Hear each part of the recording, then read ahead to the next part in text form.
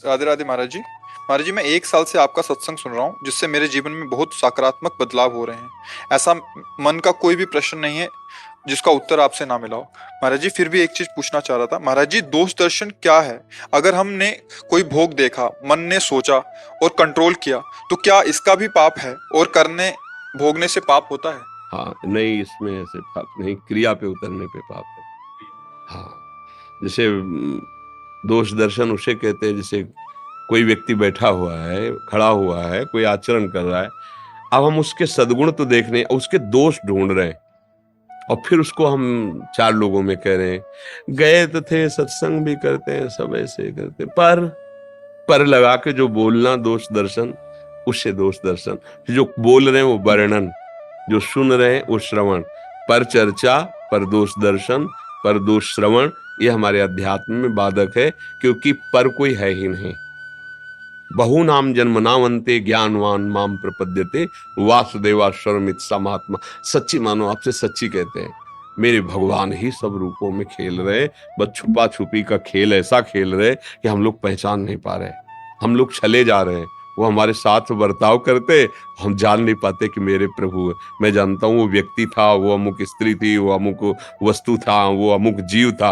नहीं नहीं, वही नाटक, वासुदेवा सर्वमिति समात्मा सुदुर्लभा। सच्ची मानिए, हम क्यों दोष दर्शन देखें। अच्छा, दूसरी बात, चलो हम इतनी ऊंची बात नहीं करते, नीची धरा में आते। जब हमारे ही घर गंदा पड़ा है तो हम दूसरे के घर को झांक के क्यों देखते हैं कि उसमें पोछा क्यों नहीं लगाया। अपने घर में देखो ना, कितना कूड़ा पड़ा है। जब हम लौट के अपने घर में देखें तो सच्ची बात, अगर कोई ऐसी मशीन चली होती जो हमारे मन में फिट कर दी जाती और टीवी में चलता भी जो मन में चल रहा है, ये चीज है। बातें तो इतनी बड़ी बड़ी, प्रश्न इतने बड़े बड़े, उत्तर इतने बड़े, वो चल क्या रहा है यार इसमें दिमाग में। है ना अपनी स्थिति, आप अंदर से देखो, हमारे मन की स्थिति इतनी गंदी है, तो अब हम किसको देखें। विचारवान बुद्धिमान आदमी वही पहले अपने घर को साफ करें, अपने हृदय मंदिर में हम ऐसे साधन करें कि काम क्रोध लोभ मोह मद मत्सर ये गंदगी न रह जाए। अगर ये गंदगी हमारे अंदर है तो फिर हम दूसरे को कैसे। दूसरा बड़ा सुंदर है, पर एक यहाँ काला तिल है, हम उसकी तो निंदा कर रहे हैं, और पूरे काले हैं, हम अपने को देख ही नहीं रहे। दूसरे के एक तिल है तो हम उसकी व्याख्या कर देंगे कि इसे सुंदर नहीं कहा जाएगा क्योंकि ये तिल है, और अपने को हम बहुत सुंदर मान रहे हैं। बस ऐसे ही कुछ हमारा दर्शन है।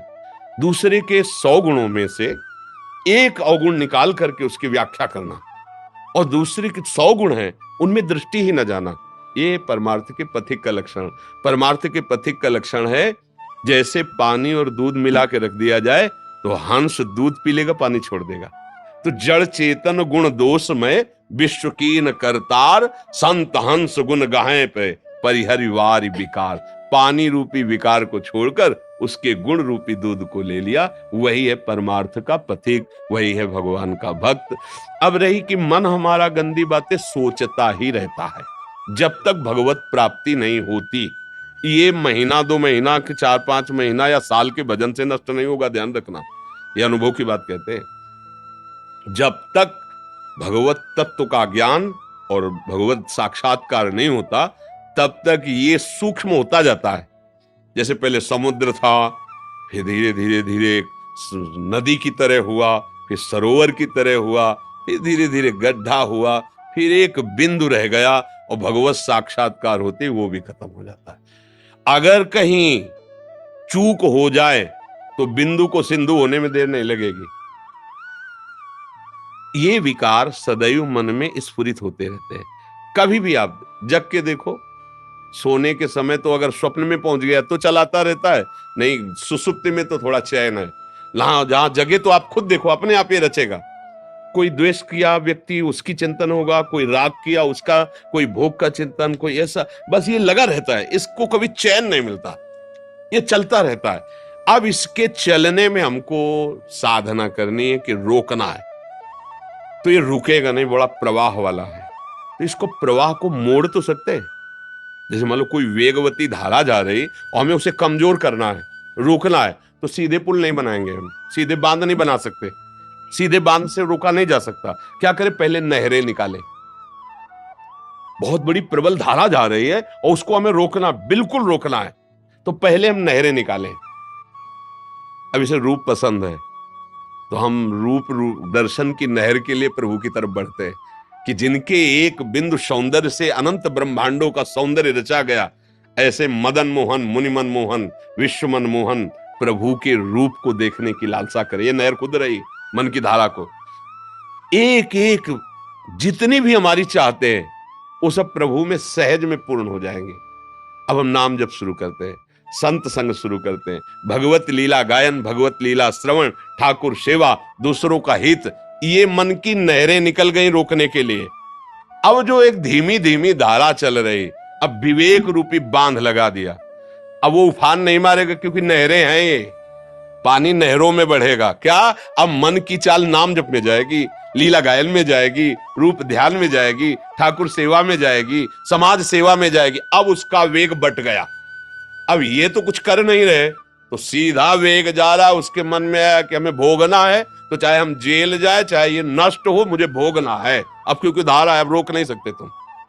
वो वेग है, उसको विभाजित नहीं किया। अब हम चतुरता पूर्वक विभाजित करें, जिसे भगवान कहते हैं अभ्यास योग युक्तेन चेतसा नान्यगामिना। ऐसा अभ्यास करो कि चित्त कहीं जाने का रास्ता ही ना रह जाए। वो यही है, नाम जप में, ठाकुर सेवा में, साधु समागम में, माता पिता गुरुजन परिवार सबकी सेवा करने में, धर्म पूर्वक धन कमाने में, जो तुम्हें ड्यूटी मिली है, जो भी मिली है, व्यापार नौकरी जो भी, ईमानदारी से उसको करो, वही पूजा बन जाएगी। नाम जप करते हुए परिवार का पोषण करो, वही तुम्हारी आराधना हो जाएगी। अलग से तुमको घंटी हिला करके आरती करने की जरूरत नहीं है। अगर तुम अपने जिस पद में हो उसी पद का ईमानदारी से प्रयोग करो और लाए हुए धन के द्वारा परिवार का पोषण करो, अतिथि सेवा करो और भगवान का स्मरण करो, सब कर्म भगवान को समर्पित कर दो, महात्मा हो गए। बात समझ में आई? मन के जो गंदगी विचार आते हैं उनको अगर दंड मिले ना, तो हम लोग नरकई में पड़े रहे। ये हर क्षण जाल बुनता रहता है। हमारे लिए ये कलयुग में एक विशेष छूट दी गई है कि इसका दंड नहीं मिलता। कलिकर एक पुनीत प्रतापा, मानस पुण्य होई और नहीं पापा। पुण्य तो हो जाएगा कि कल चलते हैं, 500 रुपया हमारे पास है, बिहारी जी को भोग लगाएंगे और सबको बांटेंगे, बिल्कुल पक्का।